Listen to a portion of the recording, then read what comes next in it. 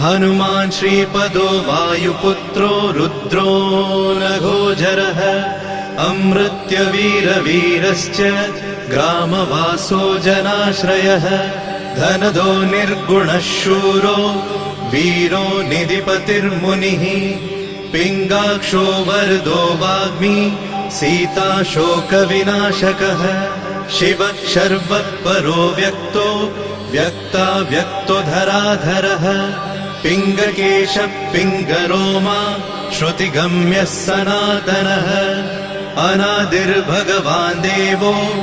विश्वहेतुर्जनाश्रयः आरोग्यकर्ता विश्वेशो विश्वनाथो हरीश्वरः भर्गो रामो रामभक्तः कल्याणप्रकृतिस्थिरः विश्वम्भरो